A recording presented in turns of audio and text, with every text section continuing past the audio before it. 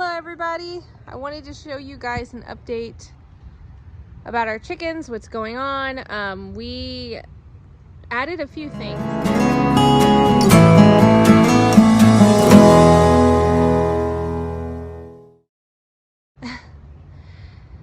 So first and foremost, one of our ducks is on this side of the fence. And the reason he is on this side of the fence is because he was not cooperating with the change that happened within the ducks and the chickens.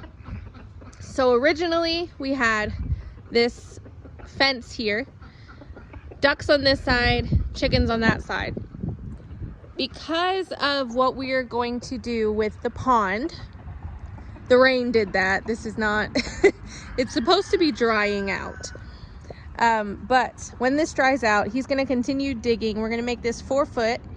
And then we're gonna have a kind of like a waterfall situation going down, rocks all around, different water plants, pond plants.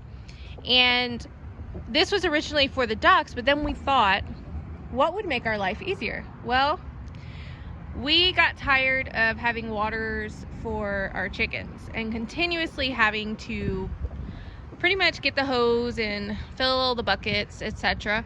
So we're creating this pond for not only the ducks, but for the chickens as well. And the only way we could do that is if we open this space up for our chickens and our ducks.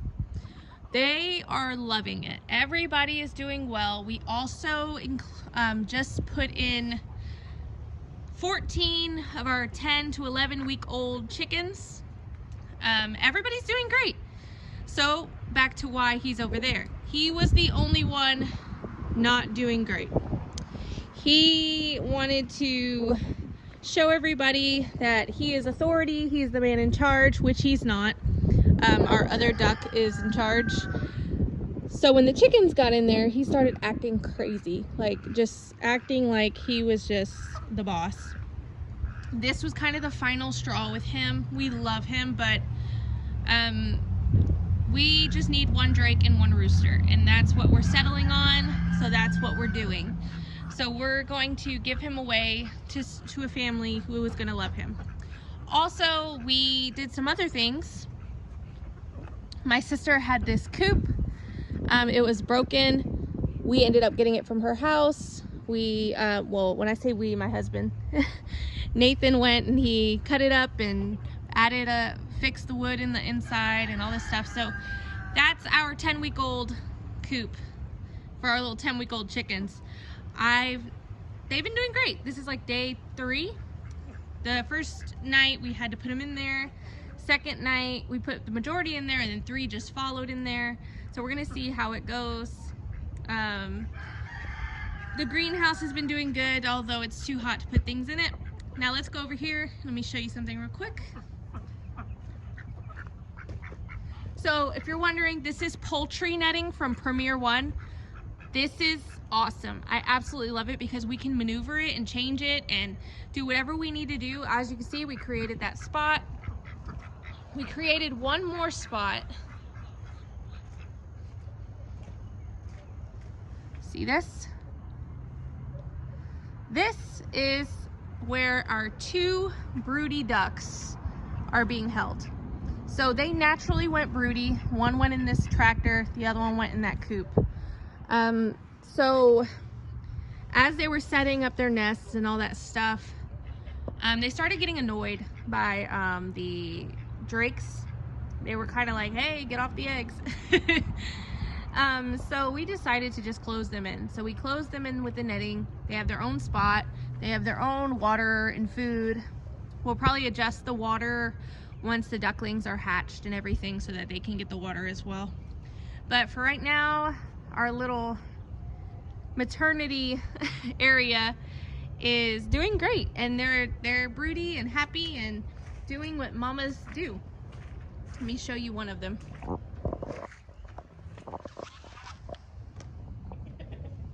They're both Muscovy, and they created their own nests, and they did such a great job. I'm so happy with how they're doing things. Let's look over here.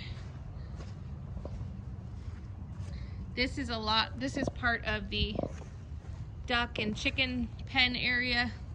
It's a really good size space. I'm very happy with it. I'm just happy. I'm totally happy with it. Look at our 10-week-olds.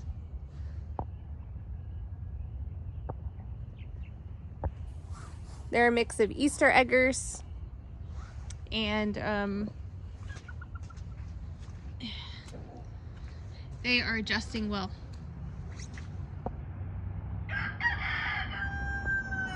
Oh yeah, let's go over here and let me tell you something else. All right, so here, this is Oreo.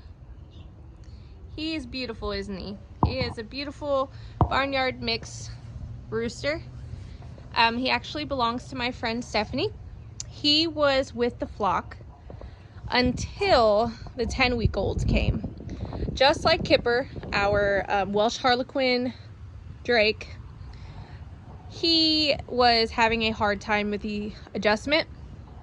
So we've had to put him in this area for just temporarily because his mom is coming to get him very soon, probably within the next week, so that he can have his own flock. He is a sweet rooster. He definitely cock-a-doodle-doos.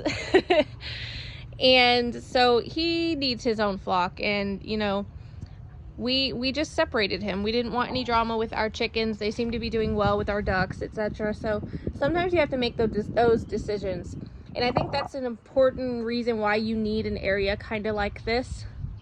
If you need to separate anyone, if you need to hold anyone, this is a great alternative option. Guys, here we are in the shed. Guys, really dramatic.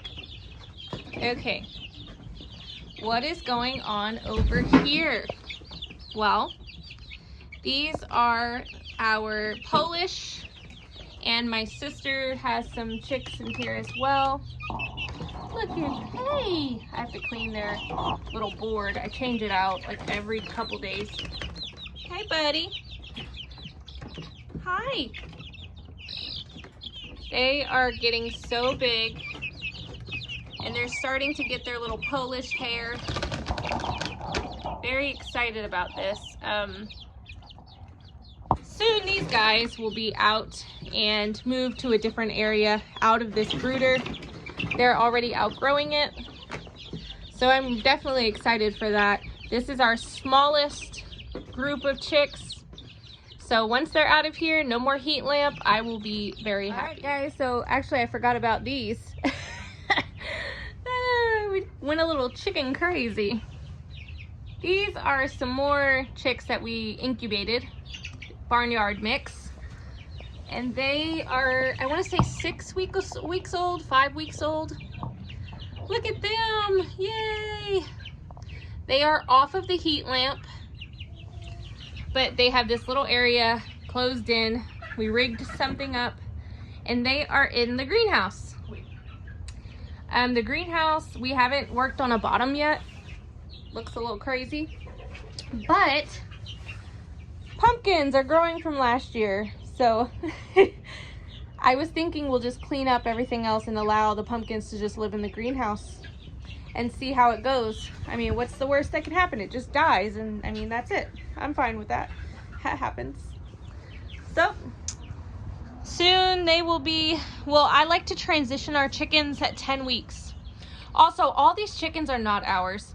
They all, well, my sister has some in the shed, and then I have some that I have for my friends that I'm holding for them. So we're not getting all these chickens.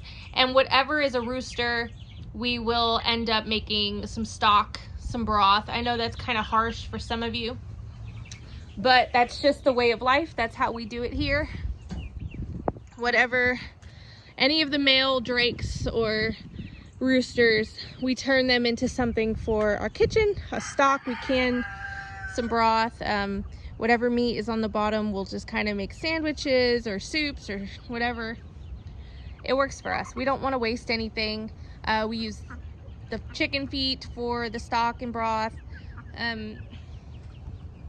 We really enjoy this. We enjoy this type of lifestyle, and we hope that we're helping you guys get some ideas about your homestead and we're kind of just learning as we go. But I wanted to give you an update on our poultry and waterfowl and our poultry netting. I've gotten a lot of questions about the poultry netting. I have nothing bad to say about it. I absolutely love it. It's worked for us so well.